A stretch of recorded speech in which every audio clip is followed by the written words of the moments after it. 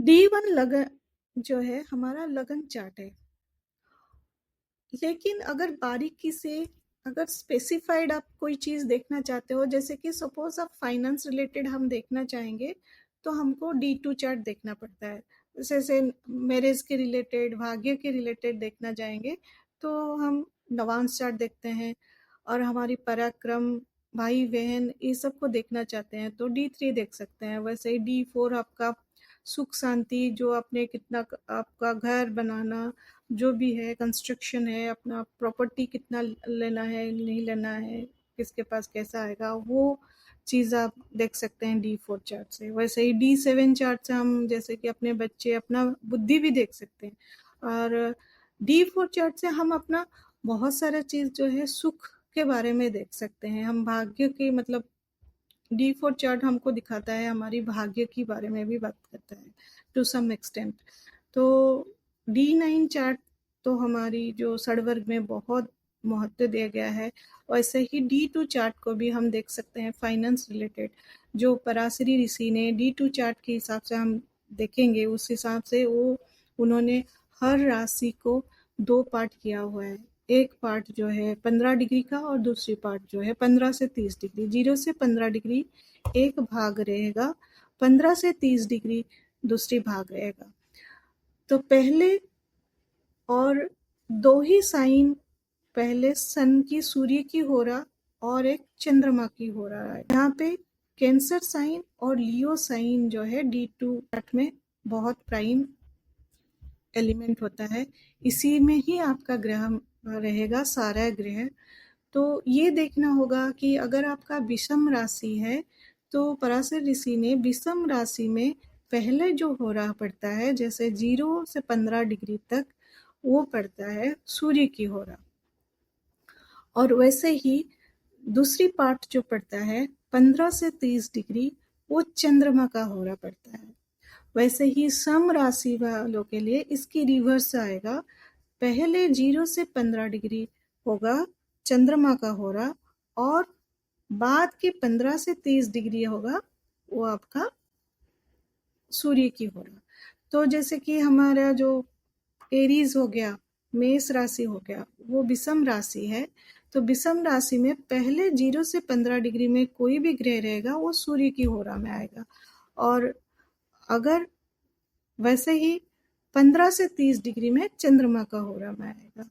तो ये हम देख सकते हैं, अपना लगन का डिग्री भी उससे भी हम जान सकते हैं, और कौन सा होरा में लगन का डिग्री आएगा, कौन सी राशि में। अगर किसी की एरीज राशि है, उसको 0 डिग्री में है, तो लियो साइन राइजिंग होगा उसका D2 का चार्ट।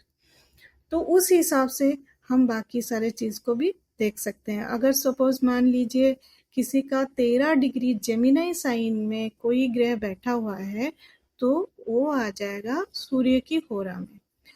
तो यहाँ पे पराशरी ऋषि ने 2 DT है दोनों होरा का।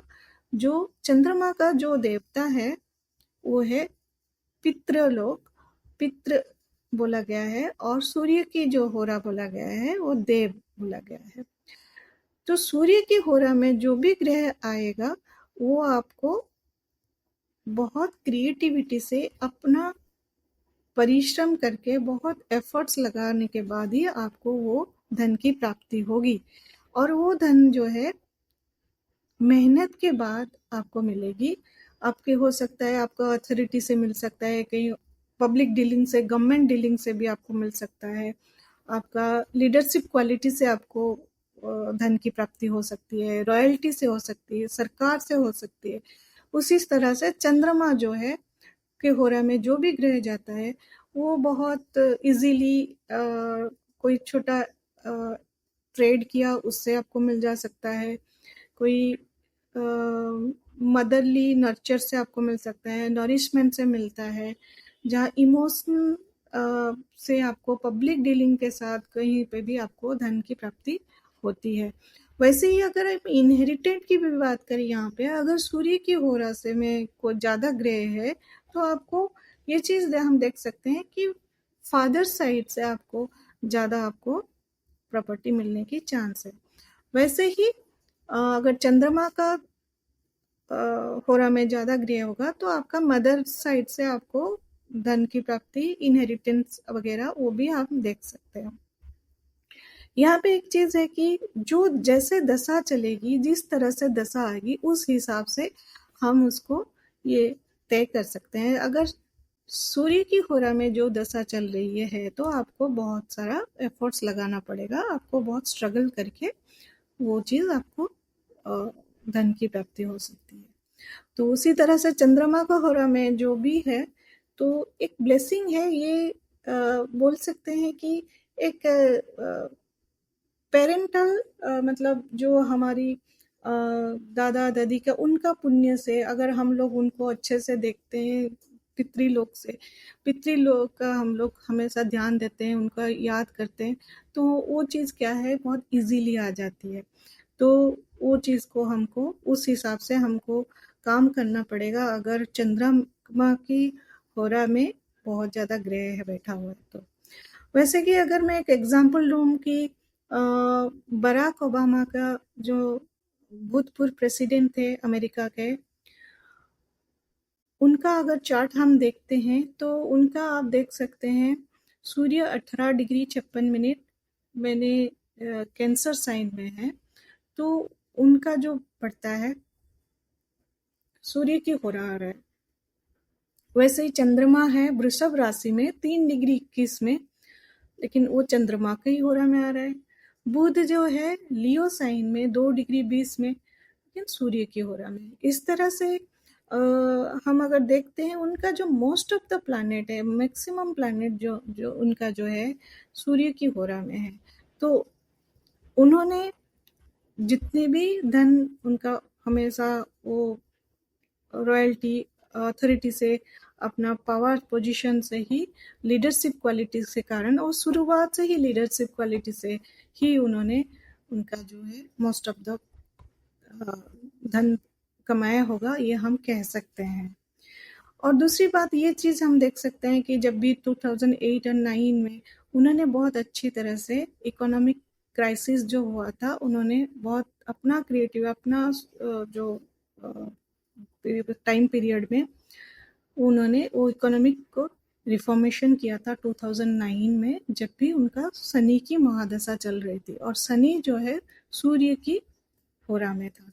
तो ये भी हम देख सकते हैं। तो जो क्रिएटिविटी, जो भी आप R&D करके कोई चीज़ करते हो, वो सूर्य की होरा में जो ग्रह पड़ता है वो ही रिजल्ट देता है।